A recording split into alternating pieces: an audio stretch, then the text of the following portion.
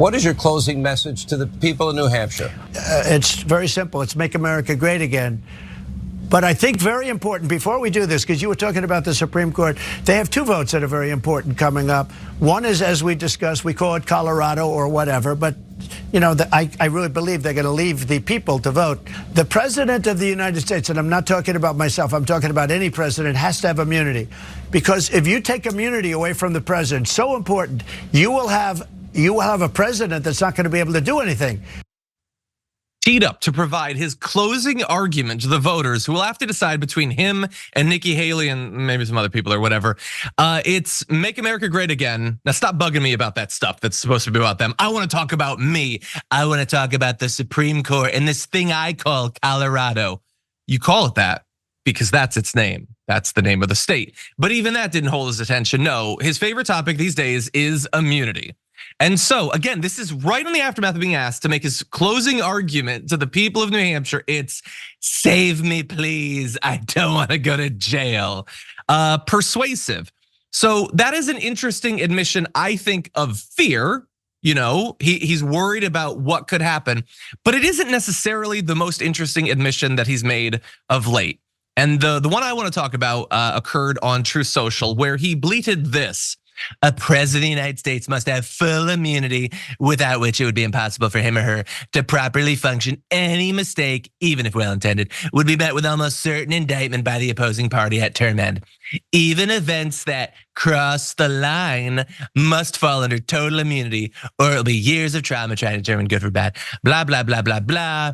Even if you want to guard against the occasional rogue cop or bad apple, sometimes you just have to live with great but slightly imperfect. I love so much about that. I love the idea that like you tried in a variety of different ways to overturn the results of the election. You then sent a mob of people to stop the certification and maybe kill some people. And that's imperfect, slightly, not even that imperfect. It's not the best, I guess, but really it's not that bad. And again, I will say what we always say, the bad apple thing is that it spoils the bunch. Please stop using it if you don't understand what it means. But the important part there, and this is where I want your commentary, Sharon, is even events that cross the line. Yeah. Now, obviously, there are some things that he did that I think we both agree cross the line, but he doesn't often admit that the immunity thing is in any way necessary because crimes are committed, just immunity to not be charged with things that he doesn't admit happened. But in this case, he seems to be opening up to the possibility that there were some things that were done that crossed the line, which is an amazing euphemism for trying to end democracy in America. But what do you make about that? Well, I'd be curious if, when the teacher would say, John, how do you grade yourself? Okay, what he would say, because I think he'd say A+ across the board. Where are the good apples? Where are the good intentions? What did he do that wasn't self-serving, wrong, or, well, criminal?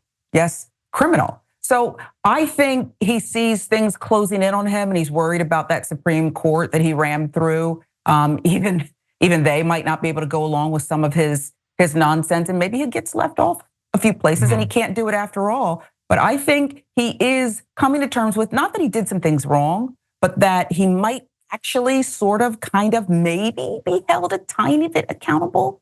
I think there's a difference. Yeah, I would also say, like, I don't know to what extent this PR push that he's making all this, because all of this is not really a legal argument. It's being made to his base and to maybe third parties, independents or whatever that are watching this. And I think the goal, to the extent that there is anything honest about this, it is to try to convince people, well, yeah, I mean, I guess we are in really tribal and partisan times. And they are really charging him with a lot of stuff, I would say, because he did that stuff. But okay, let's say that you don't think that. And now he's also saying he's gonna go after Biden. Yeah, maybe it would just be better if they were literally above the law and could do anything they want. But I would remind everyone that from Donald Trump's point of view, it makes all the sense in the world that this is gonna happen to everyone for a couple of different reasons. One, he's vindictive as hell and he wants to do it to Biden. And two, he has sued people at the drop of a hat for anything throughout his life. That is something that he has done. And we all know BS lawsuits, right? We're all familiar with BS suits. But I would remind everyone, that's not criminal law. That's like civil law and lawsuits where the Supreme Court appears to have a slightly different view on the president. When you're talking about being charged with actual crimes, you can't just roll up to City Hall and be like, I launch a lawsuit. That's not how it actually works. It is actually difficult. And there are standards and there are thresholds that must be passed before you charge someone with a crime, which is why we haven't routinely had that throughout history, which is also why, by the way, you'll notice they're not charging Biden with a bunch of crimes. Like over in the House, sure, they're wasting all of our time with the impeachment stuff, but why are they not just doing the same thing to him? Because you can't just do that anytime you want. It's difficult. You have to get an actual prosecutor who's willing to go on the line and put the reputation on the line that they actually have evidence. In some cases, you have to go before a grand jury and actually convince them. Sometimes you have to go before a judge during initial hearings and convince them that there's something to it. There are multiple protective mechanisms that are already in the system.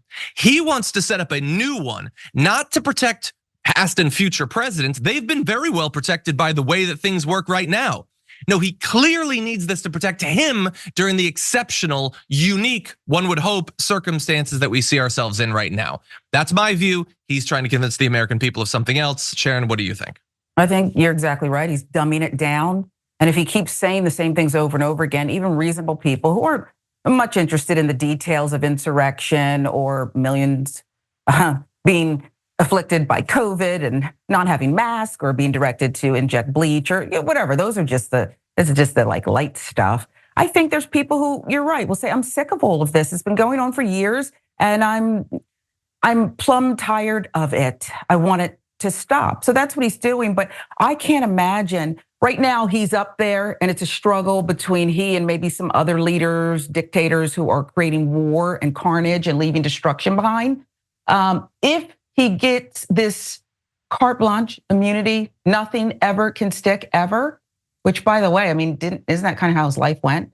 Hardly anything stuck. And then he ended up at 1600 Pennsylvania Avenue. But if he gets something like this, you are now looking at the most dangerous man in the world. He will absolutely keep graduating up. There's no soul there. There's no self-regulation where he'll stop himself and say, I can't do this. I mean, even Richard Nixon, who we shouldn't even be talking about, I shouldn't bring up in this conversation, but he did resign. He did resign? He did. He resigned and then he tried to fly around the world and help and redeem himself.